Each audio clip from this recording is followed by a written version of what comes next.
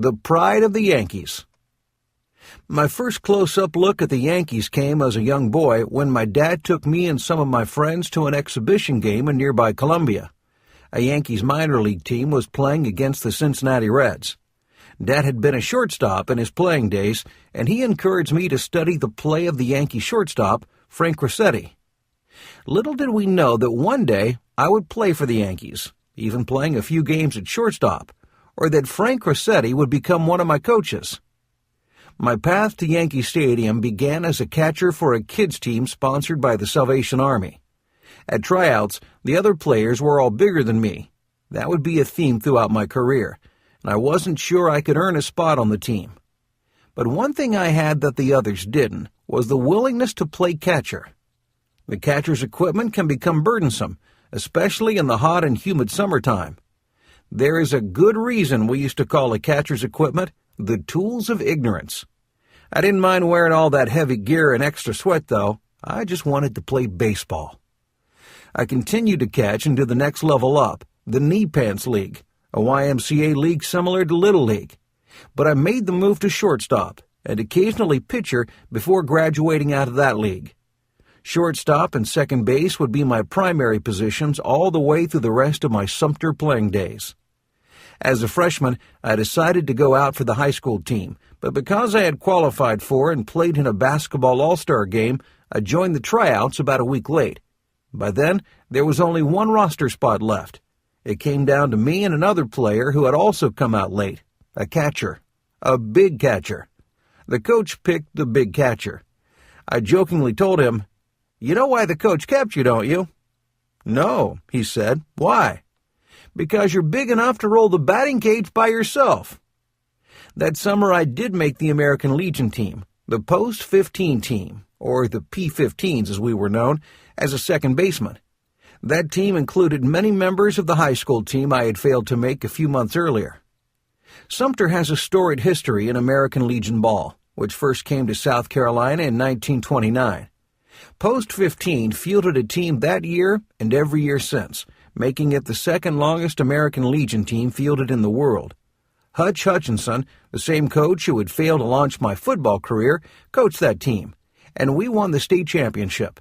We did it again in 1952, and the P-15s have now won a total of 14 state titles. My two oldest sons also played for Sumter post-15. A key moment for me came after we won our first state championship and advanced to the Southeast Regionals in Charlotte, North Carolina. We were scheduled to play a team from Richmond, Virginia in the championship game. But before the game, our team went downtown to see a movie that would help determine the course of my life. The film that was showing was The Pride of the Yankees. Babe Ruth played himself in that film. So did catcher Bill Dickey, who would be one of my hitting coaches with the Yankees.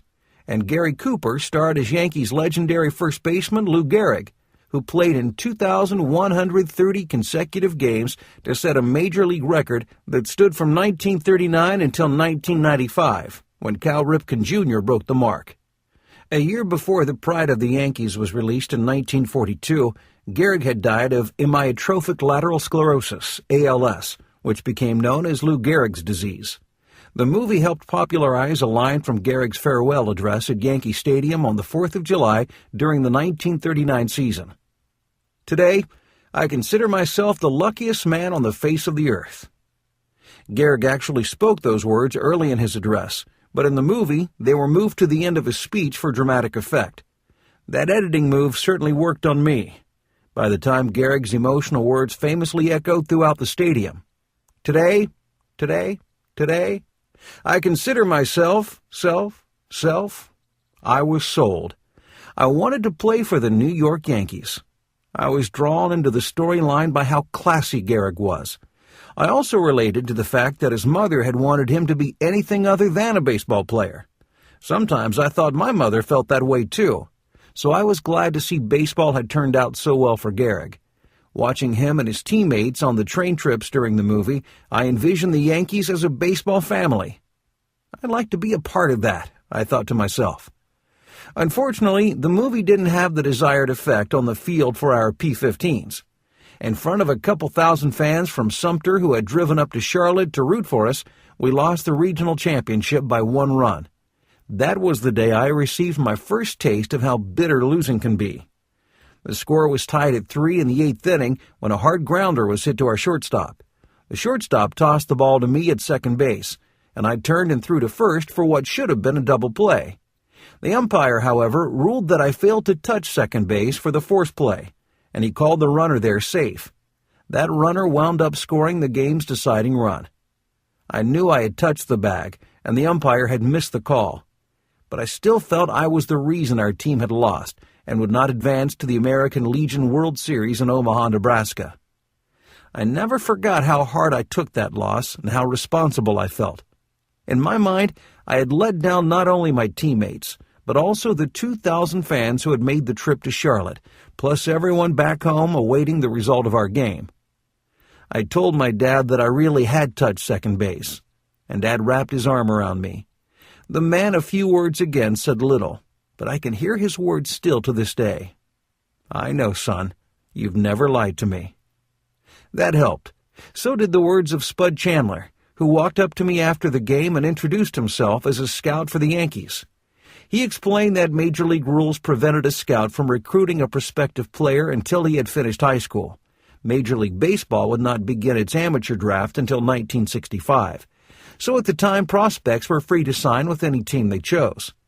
Chandler said he would be back in touch with me when I graduated and asked me to remember his name. I assured him I would, and I'll tell you, his was one of the easiest names I've ever had to remember. That short visit thrilled me and my dad. I couldn't believe it. A real-life Major League scout liked the way I played. And he wasn't just any scout. He was a scout with Lou Gehrig's New York Yankees. An easy decision. In my sophomore year in high school, with the new coach in charge of the team, I made the Edmonds High Gamecocks as the starting second baseman. That turned out to be a busy spring for me. Not only was school in session and high school baseball in full swing, but the Norfolk Tars, a Yankees Class B farm team in the Piedmont League, had come to Sumter for spring training. I took advantage of every opportunity I had to watch how those minor leaguers went about the business of preparing for their season. I particularly remember watching an outfielder named Bill Skowron work out with the Tars. That player would later become a first baseman, more commonly known as Moose, a Yankees teammate of mine for 8 seasons. Mayo Smith was the Norfolk manager, and after the high school season, when I was back on the post-15 team and playing shortstop, he and the Tars' general manager, H.P. Dawson, would come to watch some of our games. Our team had a big left-handed first baseman with a powerful bat who also handled himself gracefully around the first base bag. He was one of the best players ever to come through Sumter, and most, if not all, of the major league teams were taking a look at him that summer. Back in junior high, whenever that guy came to the plate during our recess softball games, I would go stand right in front of our deep outfield fence. Sometimes the ball would fly over my head and out of our schoolyard park, but much of the time I would catch his long drives just short of the fence. He possessed amazing power even at a young age, with defensive ability to match. Sadly, he never signed with the team. A tough home life prevented him from reaching his baseball potential. I still wonder what he could have developed into as a baseball player. Although the Tars manager and general manager were there to scout our first baseman, they noticed me too. Mr. Smith came up to me after one game and said that when I graduated from high school, he would make sure that I had a chance to sign with the Yankees. So now I had 2 Yankees representatives saying the Yankees would want to sign me. Immediately after my talk with Mr. Smith, the Yankees began mailing me literature about their team and organization. Based on what I read, I picked out their shortstop, Phil Rizzuto, as my favorite player. Rizzuto had been selected the most valuable player of the American League in 1950, and he was a shortstop like I wanted to be. Actually, he was the shortstop I wanted to be. Defensively, he was about as good with the glove as a shortstop could hope to become. Scooter, as he was called, also wasn't very big, only about 5'6" and 150 pounds or so. Because of his size, he wasn't a power hitter, and to make it in the major leagues, he had to be excellent with the bat, adept at detailed skills such as bunting and moving runners with the hit and run. The next year of American Legion Ball, after my junior season of high school baseball, I was invited by the new Norfolk Tars manager, Mickey Owen, to work out with the team during its training in Sumter. I also got more attention from scouts. In all, scouts from 12 of the 16 major league teams said they wanted to sign me when I graduated. But my heart was set on the Yankees.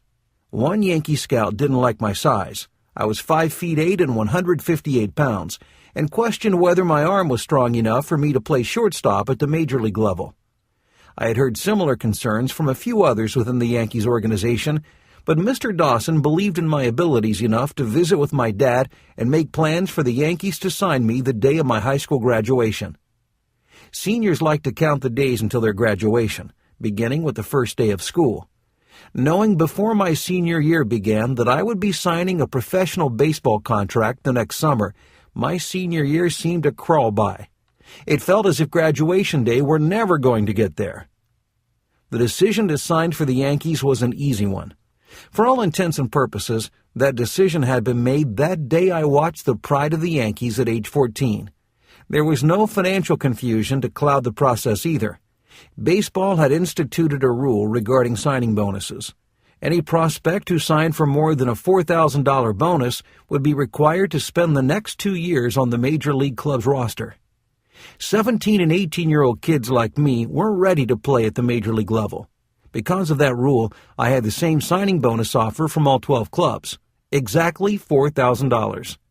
Of the 11 teams other than the Yankees that offered me contracts, the Brooklyn Dodgers had expressed the most interest. The Dodgers had come to Sumter and really gone out of their way to spend time with me.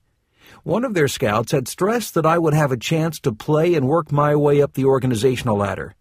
So the Yankees and Dodgers were clearly my top two choices. But because of the pride of the Yankees, there was no doubt the Yankees were my number one. On June 12, 1953, my graduation from Edmonds High School was only the second biggest event of the day. My dreams and my dad's came true when, with my parents, my sisters, and Yankee scout Bill Harris looking on in my living room, I signed my first professional baseball contract. I belonged to the New York Yankees.